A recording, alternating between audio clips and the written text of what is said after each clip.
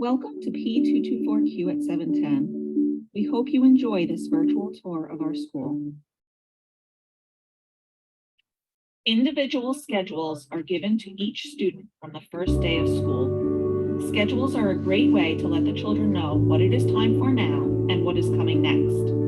At the beginning of each activity, the child is given a transitional cue. This can be as simple, like the pictures you see on top of the schedules in this picture, or a simple shape or color. Whatever the cue is, the child learns that when it is handed to them, it's a signal to go to their schedule.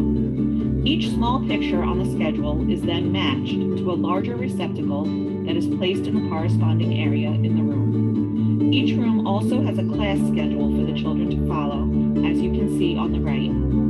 Schedules help the students tremendously with transitioning from one activity to another, an area most of our students have trouble with. During teacher time, the teacher works individually with a student to work on IEP goals and goals derived from the assessment of basic language and learning skills, or the ABLES, as you will hear us refer to it. Data is taken daily on the progress of goals. In Workstation, children work on activities they have already mastered in teacher time, or things they already came to school knowing how to do. It's important to get the students in the habit of completing activities independently, without direct adult guidance. In Workstation, a paraprofessional is there to guide the students if needed, or to watch the child from behind if help is not directly needed. Children are taught to follow an embedded schedule that is placed on the desk.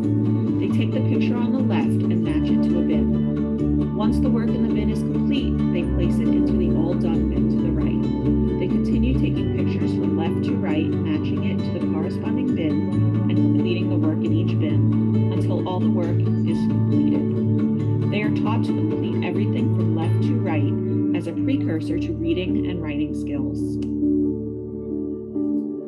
In the social skills area, there will be a para or a speech therapist guiding the children in important play and social skills that will be beneficial during everyday interactions. In addition to the social skills area in the classrooms, we have a NET, which stands for Natural Environment Teaching Area, downstairs that classes visit 1 to 2 times per week to work on generalizing the social skills they learn in class. Students are encouraged to interact with each other while taking turns with a toy and even praise each other for a job well done, as you see them giving each other a high five in the top picture. In the picture to the left, you see the speech therapist using a conversational core board to encourage the children to use language during the activity. 1 period per day, the students engage in a lesson from the unique learning system. This curriculum is based on monthly themes and includes various activities revolving around that theme. There are interactive lessons that engage the children on the Promethean boards, as well as printable activities the children will engage in during class. 1 period per day is a math lesson from the Equals Math curriculum. This curriculum focuses on colors, shapes, and concepts that change monthly. Fun objects and manipulatives are used to engage the children in lessons. A parent newsletter is sent out at the beginning of each month to let you know what the color, shape, and concepts are for that month, along with some activities you can do at home to further support the teaching of those concepts. Meal times are also a huge instructional time in our program. It is a great time to foster the use of language.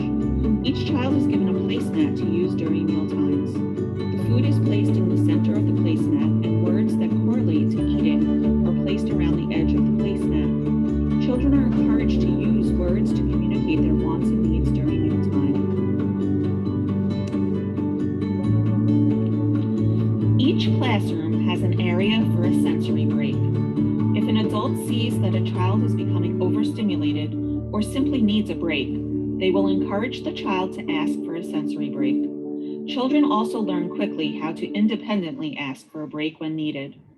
They may need a quiet break to lay on a beanbag chair, use a weighted blanket and noise-canceling headphones to calm their body down. Or they may need to jump on a trampoline or play in a ball pit to wake their body up.